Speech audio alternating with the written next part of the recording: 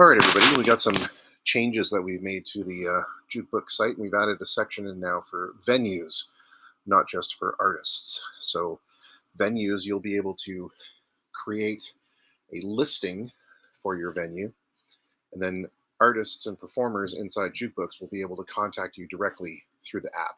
So this is pretty neat. So let's go ahead and take a look. When we go to the front page now, we'll see it has a little bit of a different look. We've got performers on one side, venues on another. So let's go ahead and say we're going to add a venue. And let's say our venue is called Cool New Place Man. And let's just give it an address. And we'll say it's in Canada. And we'll use Mr. Venue Owner as the email, and make up a phone number for now.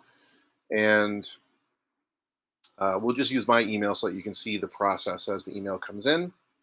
Let's just go ahead and 123 Sesame Street, Windsor, Ontario.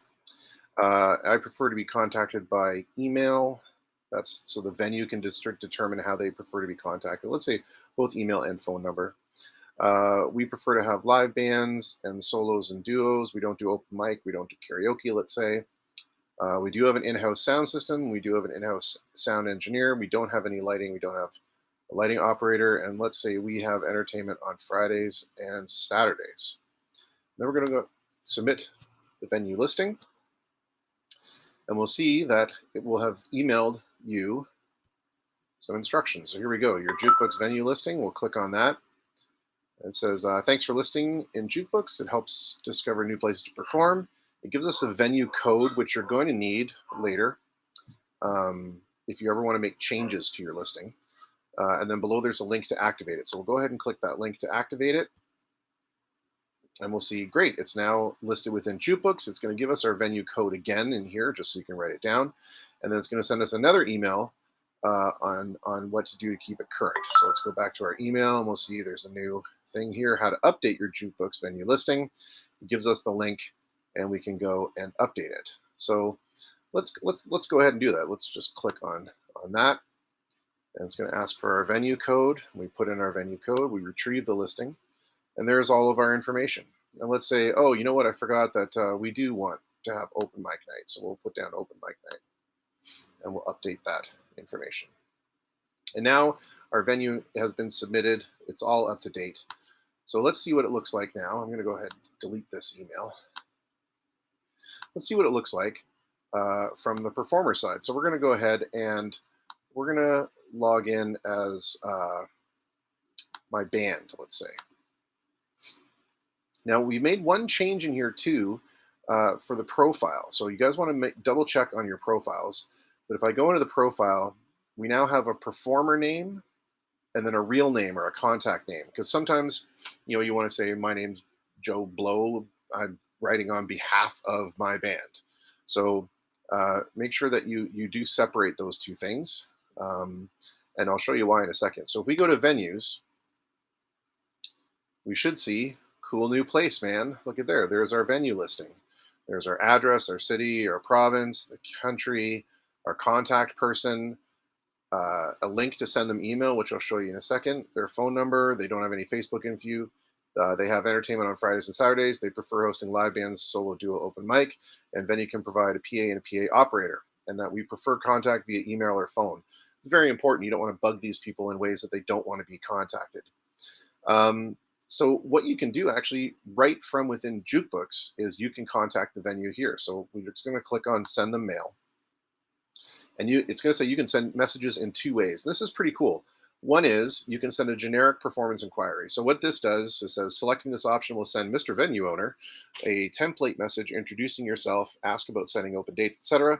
It will also include a random selection of artists from your Jukebook as well as your social media links. So it's a kind of a cool way that you can send a quick message, but it's fairly detailed. So let's do that first. So let's go say send standard template. We're going to click it. We're going to wait.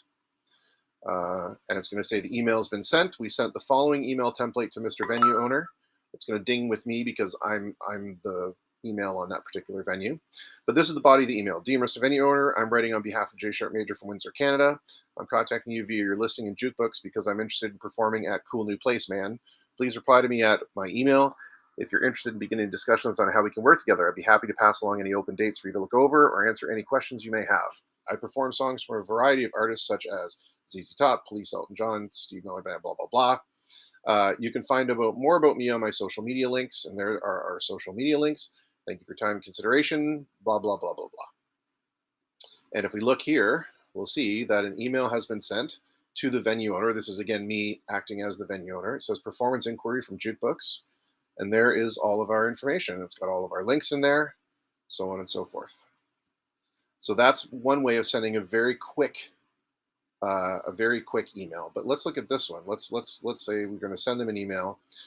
But let's say you know them, or you want some custom message to be put in there. So you can do that. You can actually just type in a custom message. I love your venue.